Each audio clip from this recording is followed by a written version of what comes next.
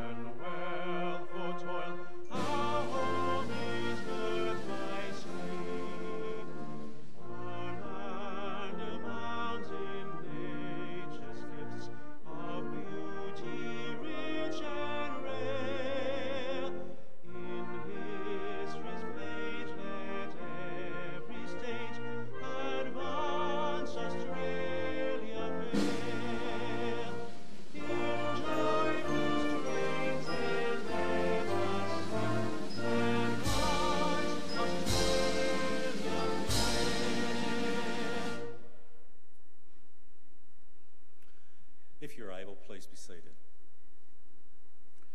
The Australian War Memorial was the vision of Charles Bean, Australia's First World War official historian.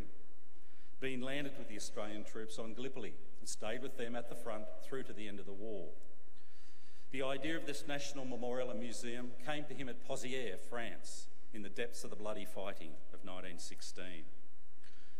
Bean's idea was that this would be a place where families and friends could mourn loved ones buried in faraway places. It would also be a place that could help all Australians understand what these men and women had endured and what they had done for us.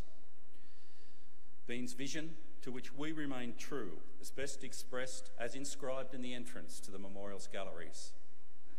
Here is their spirit in the heart of the land they loved, and here we guard the record which they themselves made.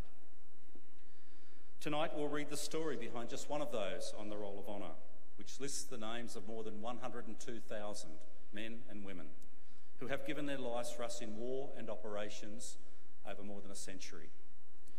But first we present a lament, Flowers of the Forest. Wreaths or floral tributes will now be laid at the base of the pool of reflection.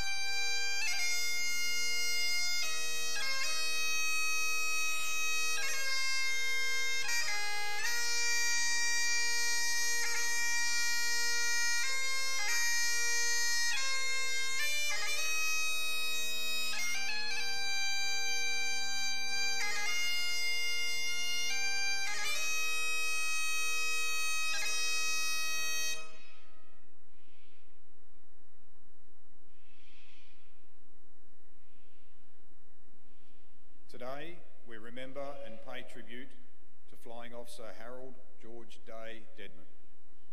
Born in Fremantle, Western Australia, on the 13th of May 1916, Harold Dedman was the son of George and Alice Dedman.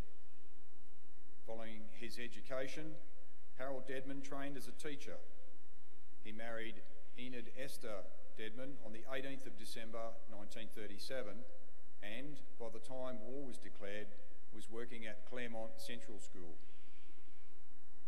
On the 6th of November 1941, Dedman enlisted in the Royal Australian Air Force.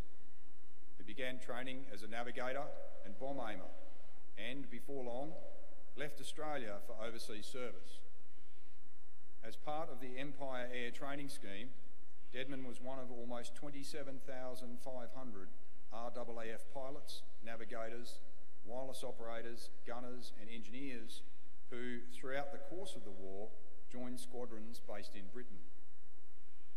After further training in Canada, Dedman arrived in Britain in December of 1942. After further specialist training, in June 1943, he was posted to number 460 Squadron.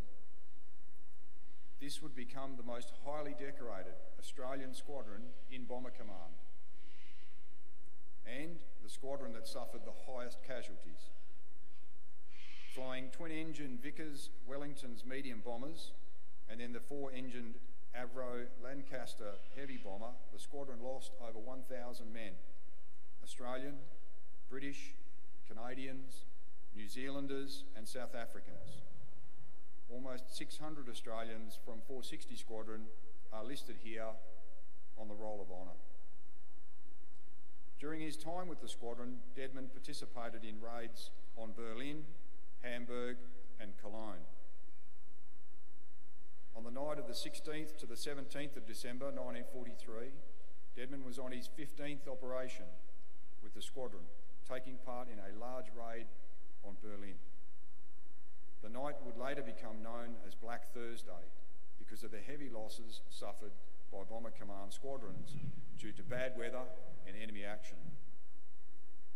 During the return flight, the Lancaster, in which Dedman was bomb aimer, encountered bad weather. Having circled number 460 Squadron's home station of Binbrook, in heavy fog and low cloud, the aircraft crashed near the village of Market Stainton in Lincolnshire. Dedman and all 6 of his crewmates died. Fellow Australians Captain Francis Randall, Flight Sergeant William Halstead, Flight Sergeant Charles Howie, Flight Sergeant Reginald Moyner, Flight Sergeant Harry Peterser, and British crewmate Jack Mackenzie. In a letter home to the families, the commander of number 460 Squadron wrote that he had lost one of his best crews. After a funeral on the 23rd of December, the men were buried side by side in the Cambridge City Cemetery. Harold Dedman was 27 years old. He is listed here on the Roll of Honour on my left, among almost 40,000 Australians who died while serving in the Second World War. His photograph is displayed today beside the pool of reflection. You'll see him in the front row, 4th from the left. This is but one of the many stories of service and sacrifice told here at the Australian War Memorial. We now remember Flying Officer Harold George Day Dedman, who gave his life for us, for our freedoms and in the hope of a better world.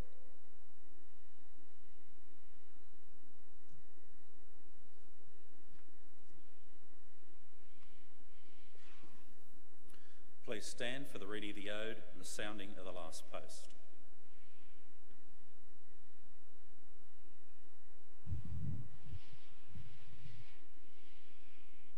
They shall grow not old, as we that are left grow old. Age shall not weary them, nor the years condemn. At the going down of the sun and in the morning, we will remember them. We will remember them.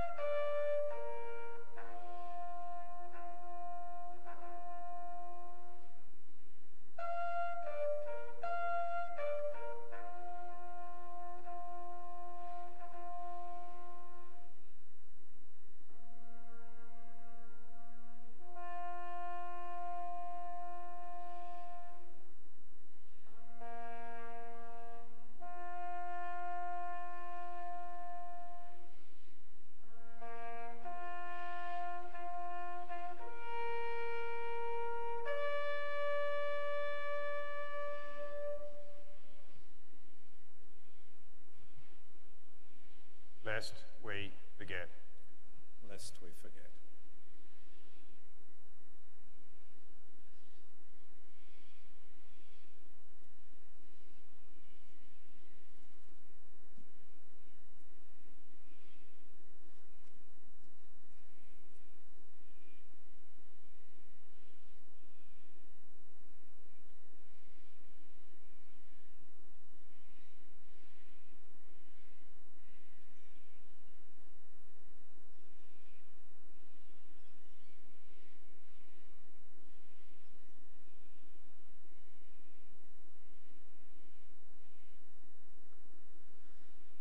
We leave you this evening with the words of the memorial's founder, Charles Bean.